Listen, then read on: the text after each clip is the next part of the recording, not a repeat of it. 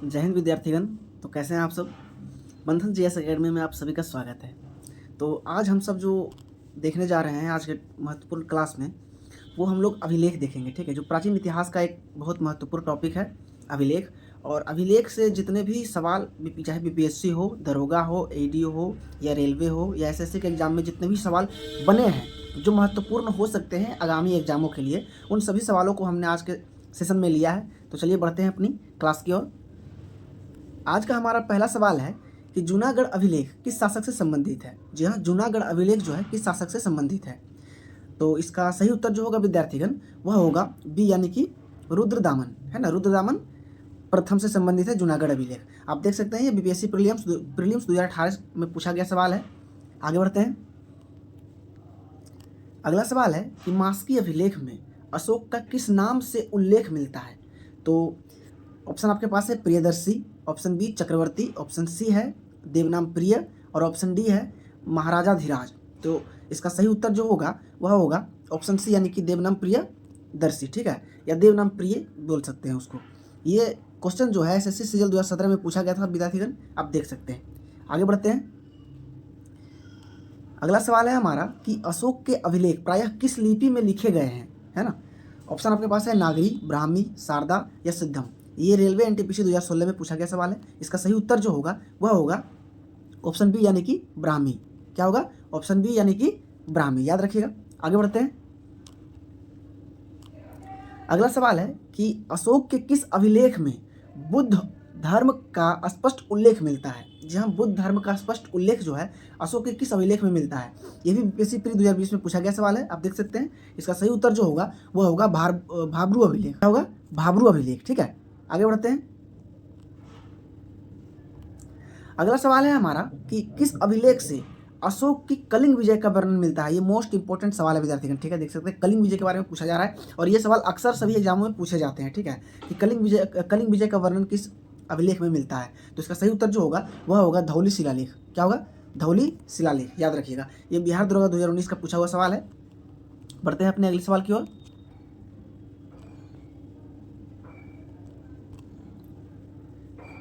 छठा नंबर सवाल है हमारा, इलाहाबाद प्रशस्ति किसकी विजय उपलब्धियों का वर्णन करती है।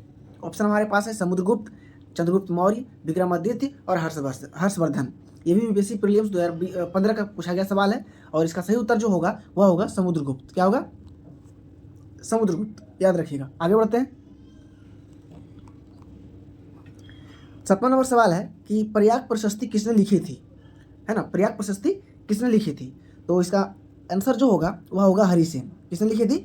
हरिसेन ने लिखी थी। ये सीजीएल 2019 का सवाल है विद्यार्थीगण। ठीक है, आगे बढ़ते हैं। अगला सवाल है नासिक अभिलेख किस राजवंश से संबंधित है। जी हाँ, नासिक अभिलेख किस राजवंश से संबंधित है। तो इसका सही उत्तर जो होगा वह होगा सातवाहन वंश। क्या होगा? सातवाहन वंश, याद रखिएगा। रेलवे ग्रुप डी 2018 का सवाल है ये। अगला सवाल है जूनागढ़ अभिलेख किस भाषा में लिखा गया है ना। जूनागढ़ अभिलेख किस भाषा में लिखा गया है। तो उसका सही उत्तर होगा संस्कृत, यानी ऑप्शन बी। ये बीपीएससी प्रीलिम्स 2023 का पूछा गया सवाल है विद्यार्थीगण। ये कोई नॉर्मल सवाल हम आप लोगों के लिए नहीं लेके आते हैं, जो एग्जाम के लिए इंपॉर्टेंट हो वही सारे सवाल हम आप लोगों के लिए लेके आते हैं। तो चैनल को सब्सक्राइब कर लीजिए, और अपने ग्रुप वगैरह में भी वीडियो को शेयर कर दिए, ताकि ज़्यादा से ज़्यादा लोग इस वीडियो का लाभ उठा सकें। आगे बढ़ते हैं।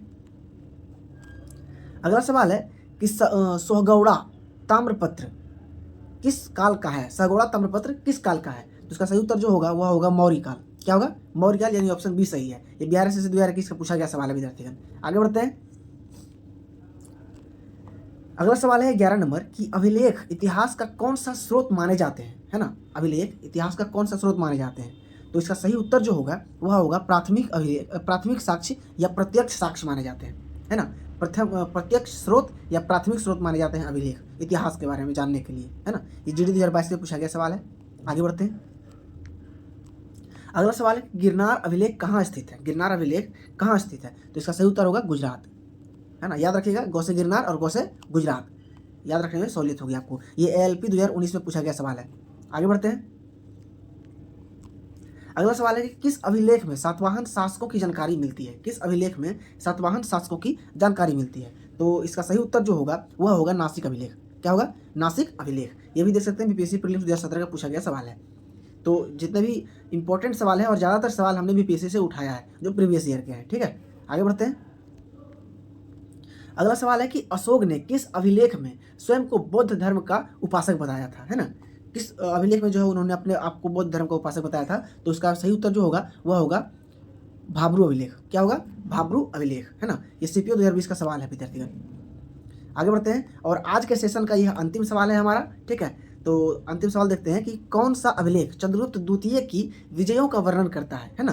तो ये भी बीपीएससी टीचर 2023 में पूछा गया सवाल है। तो इसका सही उत्तर जो होगा वह होगा ऑप्शन सी, यानी कि उदयगिरी अभिलेख। क्या होगा? उदयगिरी अभिलेख। तो विद्यार्थीगण क्लास कैसी लगी आपको एक बार जरूर बताइएगा, और अपने ग्रुप वगैरह में जो भी है या सब्सक्राइब कर लीजिए, अपने दोस्त वगैरह को भी शेयर कर दीजिए वीडियो, और अगर पसंद आया हो तो एक लाइक करके सब्सक्राइब कर लीजिएगा, ताकि अगले वीडियो आप तक जल्द से जल्द पहुंच सके। मिलते हैं विद्यार्थीगण अगले वीडियो, अगले सेशन में या अगले वीडियो में या अगले लेक्चर में। तब तक के लिए जय हिंद।